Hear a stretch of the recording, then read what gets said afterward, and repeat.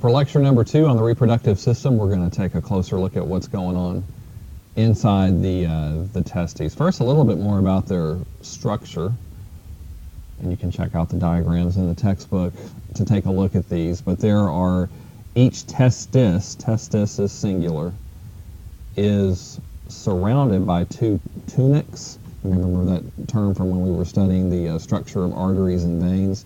A tunic is a covering, and each testis has 2 coverings, and one of those is an outer layer called the tunica vaginalis, which is actually derived from the parietal peritoneum. It extends down into the scrotum from the abdominopelvic cavity and forms this outer covering around each testis. And then inside of there, deeper, there's a tunica albuginea, which is a very fibrous, dense connective tissue covering that forms a capsule or a covering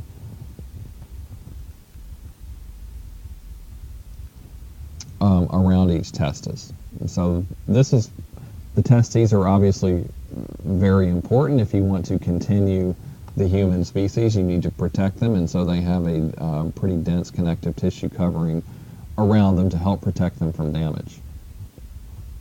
If you look inside each testis, you'll see a number of structures, walls, called septa. Septum is singular, and again, that is a dividing line between different parts of each testis. And those septa actually divide the testis into 250 little compartments called lobules. And inside each of those lobules, you have 1 to 4 seminiferous tubules. All right, so they're wadded up. Tubule again means like a tiny tube, and these are folded up very tightly inside these lobules in each testis. And the seminiferous tubules are actually the sites of sperm production, and this occurs within the walls of the tubules, as we're going to see.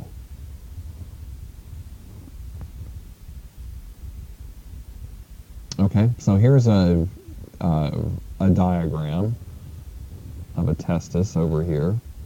So we're looking at a testis in cross-section, and if you look closely at the diagram, you can kind of see like right here and right here and right here, you have some lighter colored tissue there. Those are the septa that are dividing the testis into about 250 lobules, those little compartments.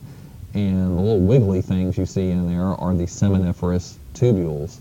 So these are very tiny tubes, and if you pull them out like they're showing you over here, you would see that they're actually each one of them is fairly long. And then right here, like they're showing you over here, they're cutting one of these open so you can see what the wall of a seminiferous tubule looks like in a cross section. So the wall is actually pretty thick. So what I'm circling right there, that's the lumen, the open space, the open fluid-filled space inside a seminiferous tubule. And that's where your mature sperm, or, well, let's just say sperm, they're not yet fully mature because they're actually not fully able to swim around when they leave the testis, but they look like sperm. The process of sperm development is actually taking place in here within this thick wall. So those little purple spots you see on the diagram there, each of those is representing a cell that is part of the pathway that's leading to the production of sperm. So you got a fairly complex pathway that takes place in there. So the walls that's considered to be an epithelial type tissue. You have spheroid or round cells in there that are called spermatogenic cells. So genic, like genesis, refers to formation. These are cells that are involved in sperm formation and maturation. And again, these processes actually take place within the walls of these seminiferous tubules. And as we'll see when we take a look at this in more detail later, those little round cells in there, you see the yellow color on that diagram on the cross section there? Most of that is actually cytoplasm of these much larger cells that are called sustanacular cells or sustanocytes. An older term is Sertoli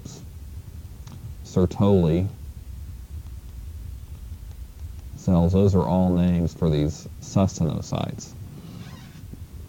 And they're in there as well, so they help support the developing sperm cells. All right, and then there are myoid cells, which refers to smooth muscle, and they surround each of the tubules, and they contract, and that may help squeeze sperm and then the fluids that are inside the lumen there of the seminiferous tubules out of the testes. And where are they going? So right over in here, this is an epididymis that I'm highlighting right in here. And the epididymis wraps from the backside of each testis around the top. And that's the next place these sperm are going to go as they get squeezed out of the seminiferous tubules.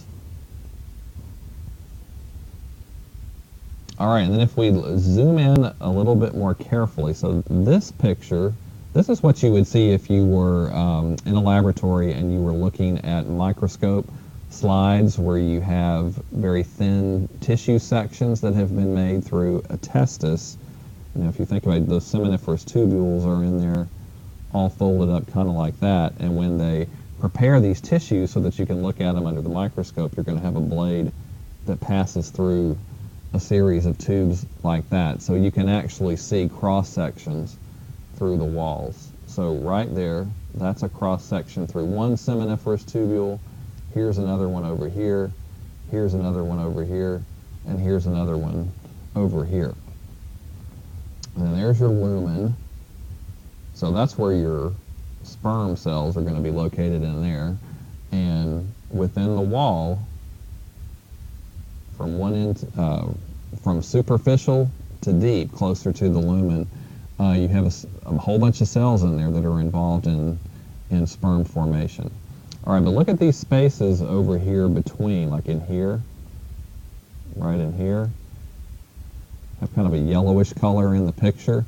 Those are connective tissue areas that you have between the seminiferous tubules, and you have cells in there that are called interstitial endocrine cells or just interstitial cells. So they're located in the filler spaces, the filler tissues between the seminiferous tubules.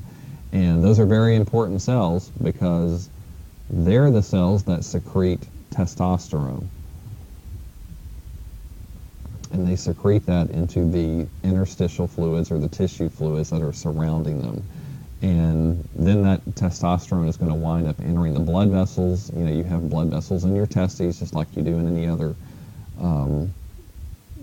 body location that's metabolically active. And the testosterone will also be able to diffuse into these seminiferous tubules and will have an influence on sperm production, as we'll see. Now here's a good diagram from your textbook, which again is showing you a cross section through a testis, the thing that looks like an egg here, and over here, here's your epididymis,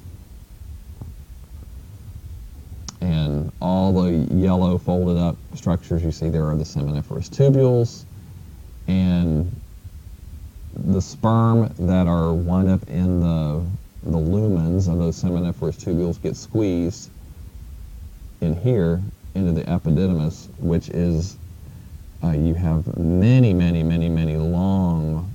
feet of tubules in there, and the sperm hang out in there and continue their maturation processes.